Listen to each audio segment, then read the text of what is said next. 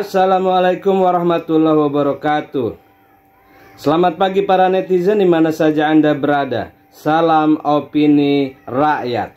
Kami sampaikan, Pak, sebelum Mas Hasto ini dijadikan sebagai tersangka, sudah ada ancaman kepada beliau bahwa beliau akan dijadikan sebagai tersangka kalau ada pemecatan terhadap Joko Widodo dan keluarganya. Dan ini keterangan resmi dari Mas Hasto. Ini sudah direkam di hadapan notaris sebagai bukti yang kuat, nantinya akan dikeluarkan secara resmi.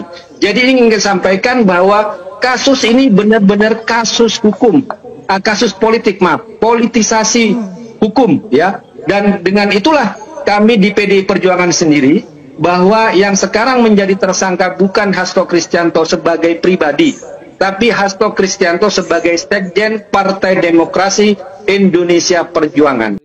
Pasca Komisi Pemberantasan Korupsi atau KPK menetapkan Sekjen PDIP Hasto Kristianto sebagai tersangka kasus dugaan suap bersama dengan buron Harun Masiku, nama Presiden ke-7 RI Joko Widodo kerap dikaitkan. Bahkan Jokowi diisukan ikut campur dengan penetapan Hasto Kristianto sebagai tersangka. Saat ditemui awak media dan ditanya terkait isu tersebut, Jokowi hanya terkekeh. Ex-wali kota Solo tersebut menegaskan sudah tidak punya jabatan lagi di pemerintahan. Jokowi menilai penetapan status tersangka Hasto merupakan bagian dari proses hukum yang menurutnya harus dihormati semua pihak. Sebagai informasi, KPK telah menetapkan Hasto Kristianto sebagai tersangka di kasus suap caleg PDIP Harun Masiku. Hasto disebut terlibat dalam penyuapan Komisioner KPU Wahyu Setiawan setelah pemilu 2019. KPK juga menetapkan Hasto sebagai tersangka perintangan penyidikan. Hasto disebut memerintahkan Harun Masiku kabur dan merusak barang bukti.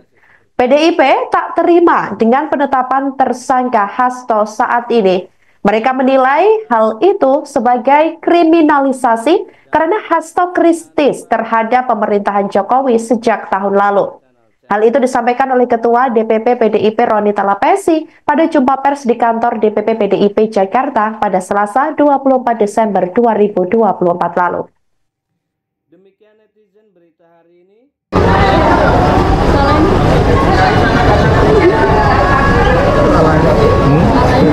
Soal lain, Pak. Kan ditetapkan sebagai tersangka di KPK ya Pak, tapi nama Bapak itu masih disangkut pautkan atas tersangka ini. Hormati seluruh proses hukum yang ada. Tapi nggak apa-apa Pak, nama-namanya dicatat masih disangkut pautkan. Pak Jokowi Hormati proses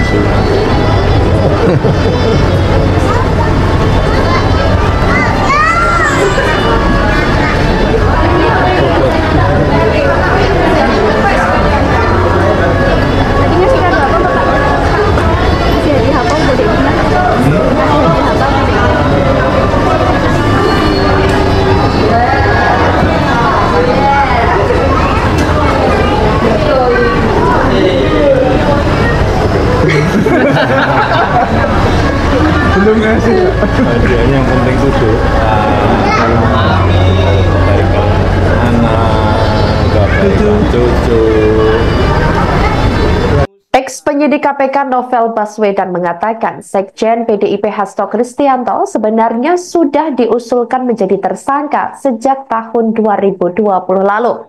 Bahkan saat itu usulan penyidik juga sudah berdasarkan bukti-bukti yang cukup. Kala itu, KPK berhasil menangkap Wahyu Setiawan selaku Komisioner Komisi Pemilihan Umum atau KPU dan beberapa pihak lainnya. Hasto dan buronan KPK Harun Masiku sejatinya juga menjadi target operasi tangkap tangan atau OTT. Namun, Novel mengatakan atas perbuatan Firly Bahuri yang pada saat itu menjabat sebagai Ketua KPK membuat Hasto dan Harun Masiku lolos dari operasi senyap lembaga anti rasuah tersebut. Hal yang membuat Hasto dan Harun Masiku lepas dari OTT dikatakan oleh Novel Baswedan adalah ketika Firly Bahuri mengungkap adanya giat penangkapan terhadap Wahyu Setiawan dan sejumlah pihak lainnya kepada media. Di sisi lain, Menurutnya, Firly Bahuri dan kawan-kawan juga sempat menolak untuk memproses Hasto Kristianto ketika penyidik melakukan laporan terhadap pimpinan dalam forum ekspos atau gelar perkara. Dikatakan oleh Novel, Firly CS ingin memproses Hasto, tetapi Harun Masiku harus tertangkap lebih dulu.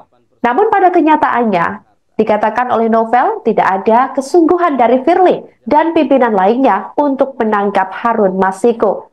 Selain Hasto Kristianto, KPK juga menetapkan dan mengumumkan advokat PDIP bernama Doni Tri Istiqomah sebagai tersangka kasus dugaan suap mengenai penetapan pergantian antar waktu atau PAW anggota DPR periode 2019 sampai 2024.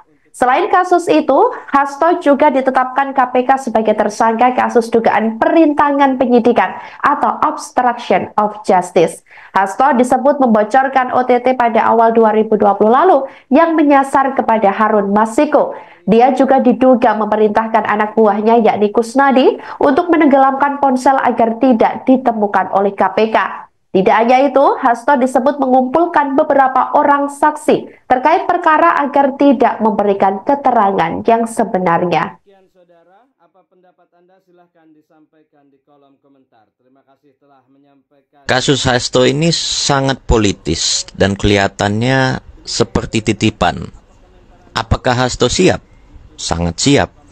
Kalian bisa cek di salah satu podcast, Hasto mengatakan ini harus segera diakhiri, meskipun konsekuensinya tinggi dalam bentuk kriminalisasi. Kemarin Jokowi, Gibran resmi dipecat, setelah itu partai mulai diganggu lewat spanduk. Dan gak lama kemudian berita Hasto tersangka. Kasusnya apa sih? Harun Masiku. Karena itu yang mereka mau, sekjen partai digoyang supaya ada celah masuk ke internal partai. Gua nggak pernah dengar tuh kasus serupa yang di-up ke publik seperti Kirana Kotama, Emila Said, Paulus Thanos, siapa lagi. Belum kita bicara Blok Medan, gratifikasinya Blok Medan. Di kabinet masih ada tuh beberapa yang aman, posisinya tinggi-tinggi lagi di partai. Di Jawa Timur juga begitu. Masih aman sampai sekarang setelah kantornya diacak-acak KPK. Apa update-nya? Nggak ada. Yang kena siapa? Tom Lembong, Hasto, orang-orang yang kritis sama situasi. Ya inilah kualitas hukum kita syarat dengan kepentingan. Itu alasan kenapa KPK diubah ke dalam eksekutif supaya enak main-mainnya. Tidak independen lagi. Sekarang lempar wacana pemilihan kepala daerah lewat DPRD. Ibu kota akan dipindah. Jadi kebaca maunya elit ini apa. Satu kelompok jauh dari masyarakat yang kritis dan hukum di bawah pengaruh mereka. Setelah itu berjalan, lu mau demo gimana pun gak ada yang peduli kecuali amputasi. Kami sampaikan, Pak, sebelum Mas Hasto ini dijadikan sebagai tersangka, sudah ada ancaman kepada beliau bahwa beliau akan dijadikan sebagai tersangka kalau ada pemecatan terhadap Joko Widodo dan keluarganya. Dan ini keterangan resmi dari Mas Hasto. Ini sudah direkam di hadapan notaris sebagai bukti yang kuat. Nantinya akan dikeluarkan secara resmi. Jadi ini ingin sampaikan bahwa kasus ini benar-benar kasus hukum, kasus politik, maaf, politisasi hukum, ya. Dan dengan itulah kami di PDI Perjuangan sendiri bahwa yang sekarang menjadi tersangka bukan Hasto Kristianto sebagai pribadi, tapi Hasto Kristianto sebagai sekjen Partai Demokrasi Indonesia Perjuangan. Kekuasaan yang menggunakan hukum, yang menggunakan kekuatan logistik yang luar biasa. Saya dapat informasi cukup akurat setelah Jokowi turun di Jakarta misalnya, dimobilisasi dana hampir 200 miliar rupiah. Itu pun dari permintaan 400 miliar. Jadi buat apa pilkada?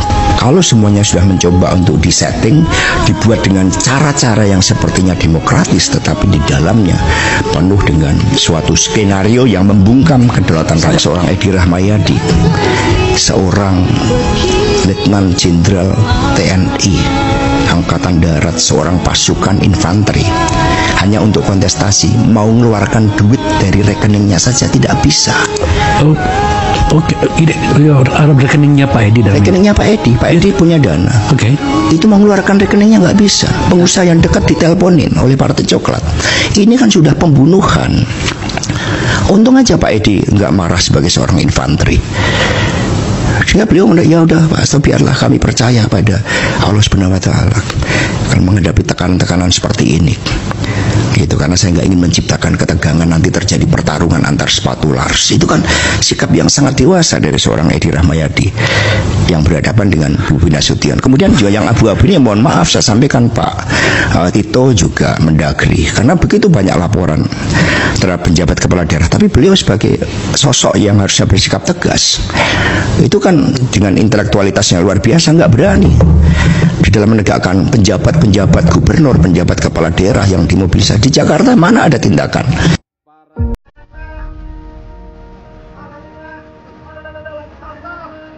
Mas Hasto lagi.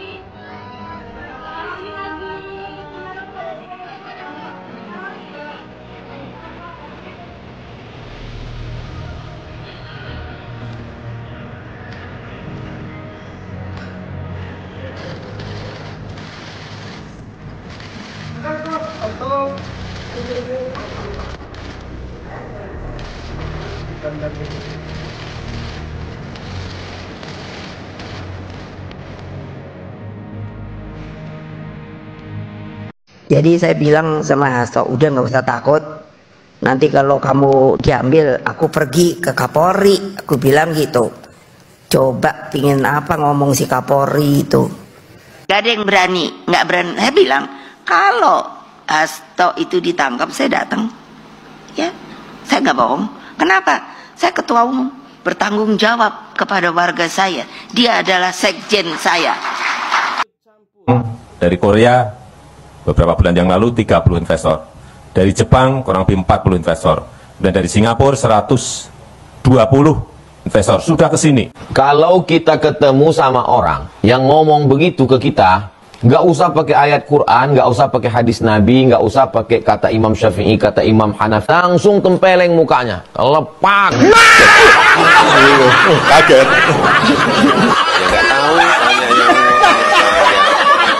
Kader-kader Banteng satu-satu diperiksa KPK, guys.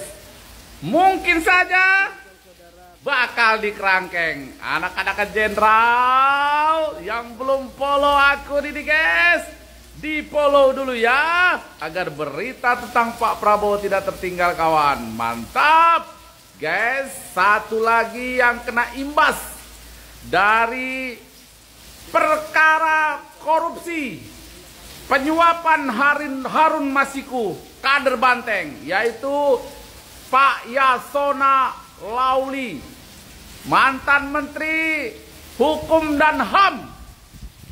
Ini kader Banteng ini, guys. Ya, rupanya KPK mencium bau busuk yang membantu pelarian Harun Masiku ini, guys. Yang membantu penyuapan Harun Masiku ini, mungkin ada banyak pihak yang terlibat, kawan. Gimana? Komen yang setuju ya.